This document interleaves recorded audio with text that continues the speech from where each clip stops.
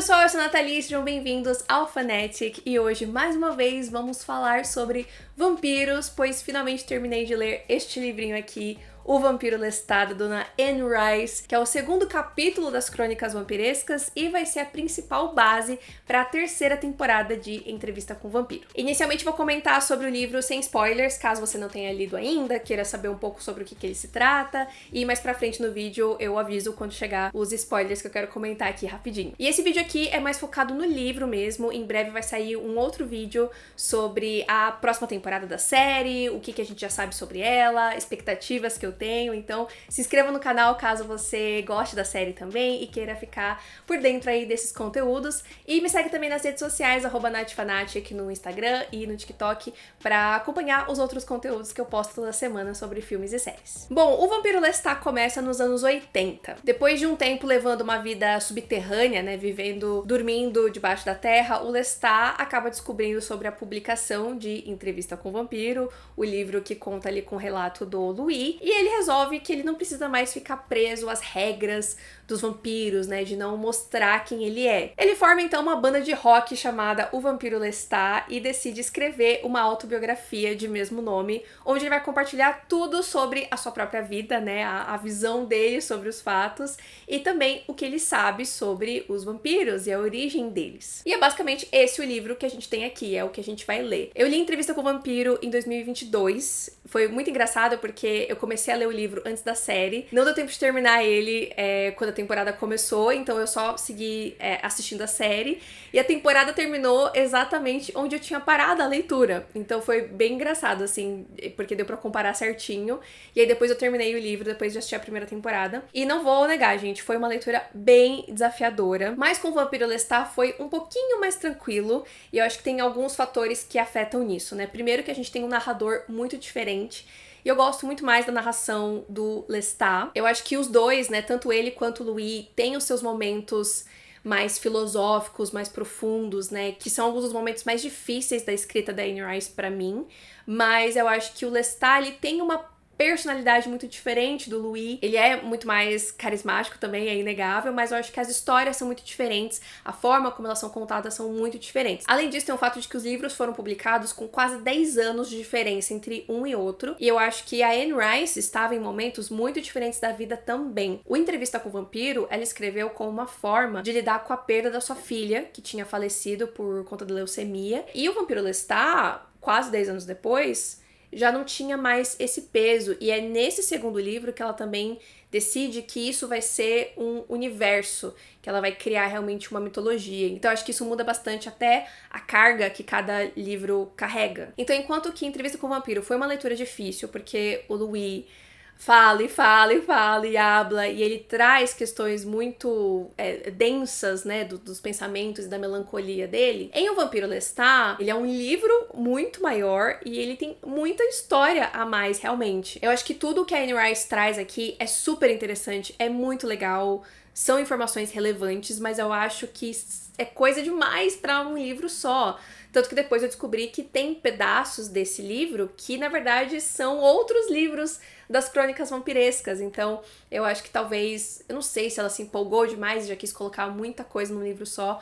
Pra mim, pelo menos, isso tornou um pouco mais difícil a leitura, porque eu sentia que eu tava no meio do livro e já tinha esquecido o que tinha acontecido no começo, era muita informação. Estou com a sensação de que eu já preciso reler esse livro pra relembrar tudo o que foi dito aqui. De qualquer forma, esse é um livro muito legal. Eu tinha uma impressão falsa de que esse segundo livro era a visão do Lestat sobre Entrevista com o Vampiro, e não é isso. A gente vai, na verdade, conhecer o Lestat. Ele vai levar a gente lá pro início das suas origens, e isso é muito legal de ler. Entender mais quem ele é quanto pessoa, né, quem ele era antes de ser um vampiro, a relação com a sua família, com os seus irmãos, com o seu pai, com a sua mãe. E um dos meus pontos favoritos, que é a conexão dele com a arte, com a atuação e com a sua humanidade. E eu achei muito interessante saber mais sobre essa conexão que o Lestat tem com o seu lado humano, porque esses conflitos dele me lembrou muito os conflitos do Louis. Nesse segundo livro, assim como no primeiro, tem várias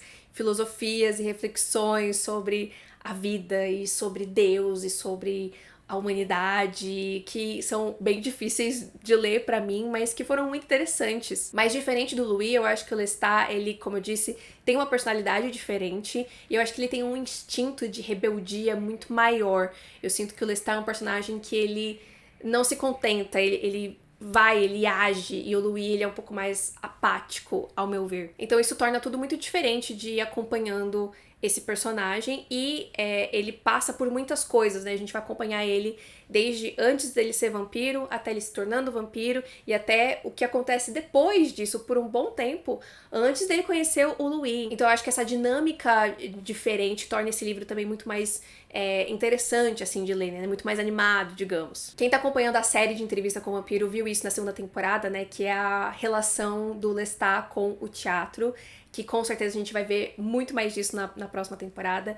E eu achei muito legal essa parte. Eu amo muito o fato de que ele é um artista, né, na sua essência ali, o quanto ele é apaixonado pela atuação, por música e vai formar uma banda de rock. Tudo isso tá muito conectado com esse lado humano dele, né? Inclusive eu até vi um trecho de uma entrevista da Anne Rice falando sobre como os vampiros dela, né, os vampiros das crônicas vampirescas, eles não conseguem fazer arte que é de fato significativa, né? Que uma arte para realmente ser transformadora, né? Mudar a vida das pessoas tem que ser feita por humanos. E eu fiquei refletindo muito sobre como isso faz total sentido, né? Que a arte, que é algo tão humano, seja meio que essa âncora que esses personagens têm com os seus lados humanos, né? Porque não só o Lestat tem essa conexão, mas vários outros personagens têm alguma ligação com a arte, né? O Marius, que a gente vai conhecer mais pra frente, pinta. O Nicholas, que é o parceiro ali do Lestat, ele é músico, né? Ele toca violino. Tem os atores do Teatro dos Vampiros. Na série, até colocaram o Louis pra se tornar fotógrafo, então todos eles têm alguma conexãozinha com a arte, e eu acho que é meio que essa âncora mesmo, né? Esse pé no chão com a humanidade, pra eles não serem só monstros, né? E como eu sempre falo, é o que eu mais gosto nesses personagens, é o quanto eles são humanos. Então, eu adorei acompanhar esse lado do Lestat. Nesse livro a gente não tem tanto assim da banda de rock, né? É um conceito que o Lestat apresenta pra gente no começo do livro e ele vai retomar lá só no final.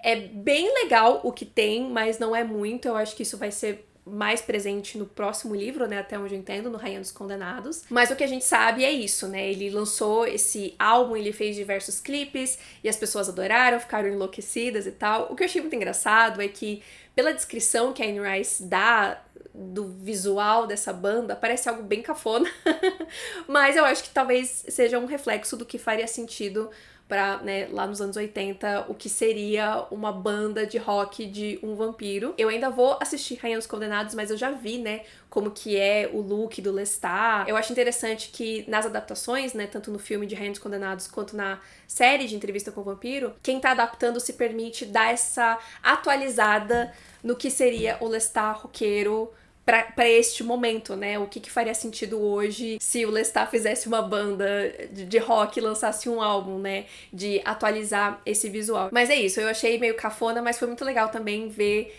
a descrição de algumas cenas ali bem importantes que acontecem no final do livro, que envolvem a banda. Foi bem legal. Nesse livro a gente também conhece alguns personagens bem importantes, como a mãe do Lestat, a nossa queridíssima Gabrielle de Liancourt. Eu gostei muito dessa personagem e mesmo esse sendo um livro do Lestat, eu acho que ela tem um espaço pra ser realmente uma personagem completa, né? A gente sabe que ela gostaria de viver uma outra vida, que ela tem sonhos que ela gostaria de realizar, só que ela tá ali dentro de um casamento, dentro desse papel, né, de mãe e esposa que não permite ela viver as coisas. E aí depois algo vai acontecer que vai mudar isso, e é muito interessante de ver essa transformação da personagem, e também muito interessante de ver a relação dela com o Lestat, que tem questões aí que eu vou precisar falar lá na parte com spoiler, não quero dar spoiler aqui, mas que eu estou muito curiosa pra ver como que a série vai lidar com esses elementos.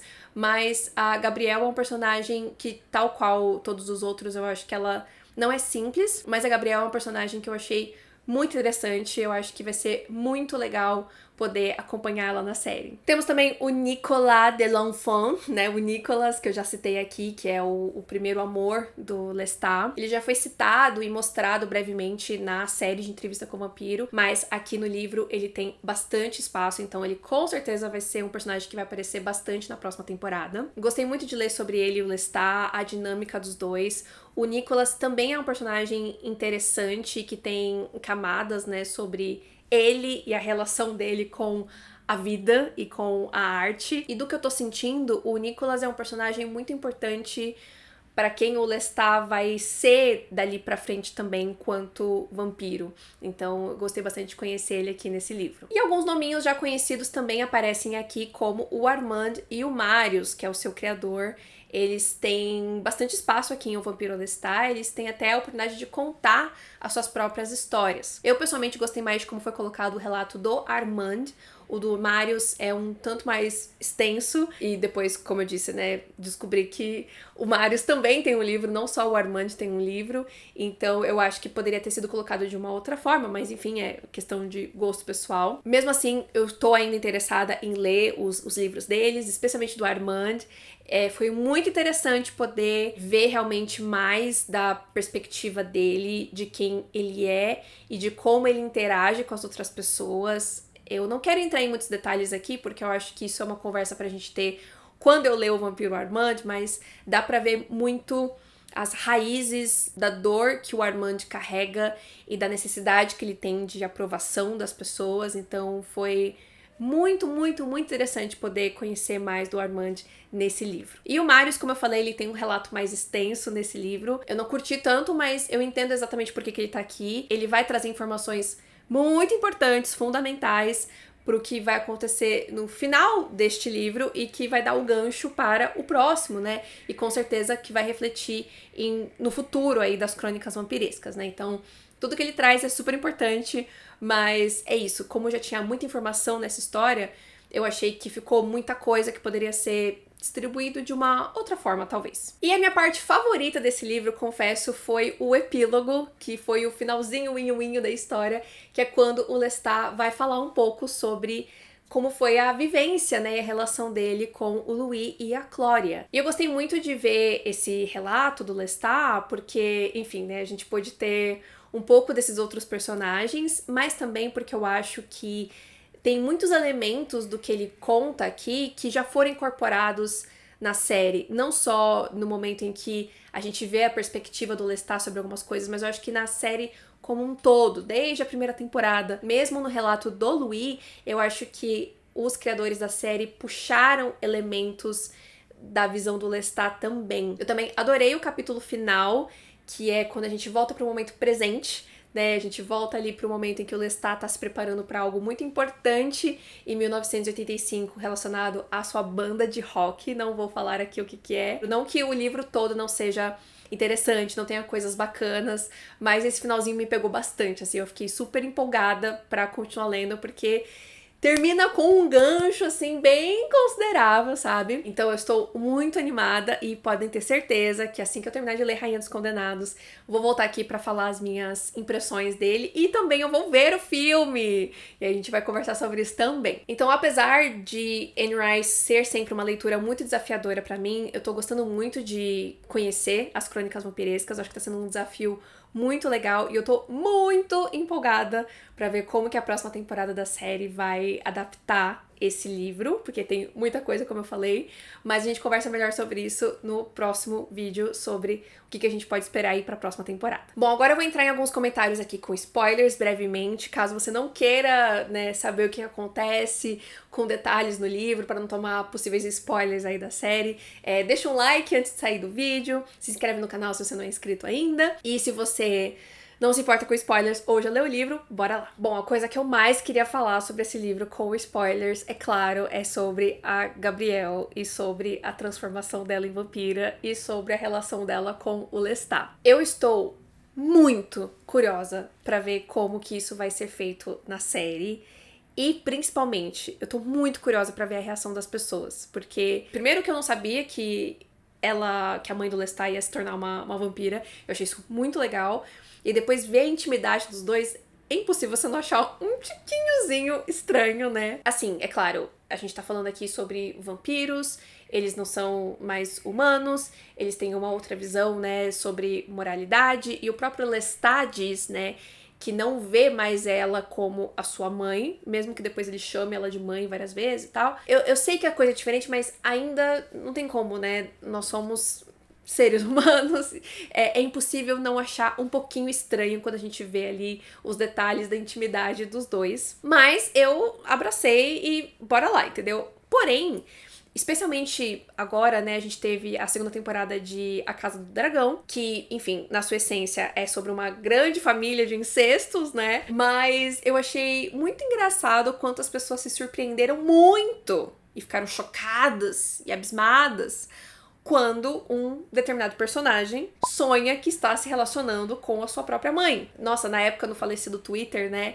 eu vi muitas, assim, gente querendo justificar o personagem, gente querendo condenar o personagem, e tipo, no final das contas era só uma visão que ele tava tendo, não era nada demais no final das contas. Eu não entendi por que as pessoas se assustaram tanto quando a gente tava falando de uma série, de novo, que todo mundo, todos, irmão casa com irmã, tio casa com sobrinha.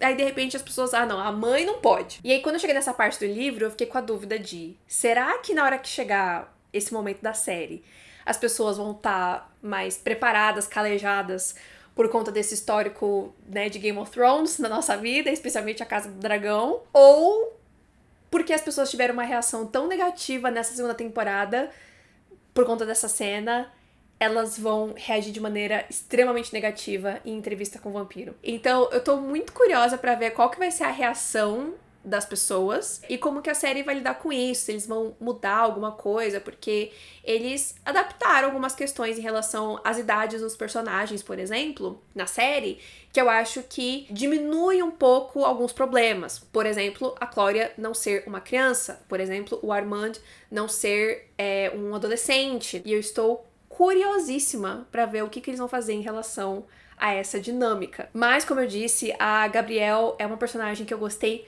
muito, eu tô muito empolgada pra ver ela na série, tô muito curiosa pra ver quem vai ser a atriz que vai interpretar ela e, enfim, que outros caminhos a série pode levar também, né, porque eu acho que a adaptação de Entrevista com o Vampiro tem sido muito interessante em sempre trazer novos contornos pra esses personagens, então eu fico muito empolgada com o que eles podem fazer com a Gabrielle, porque eu acho que ela é uma personagem muito interessante, muito forte, muito curiosa, né, o fato dela querer, sei lá, sair pelo mundo, ser meio bicho grilo, eu acho isso muito interessante nela.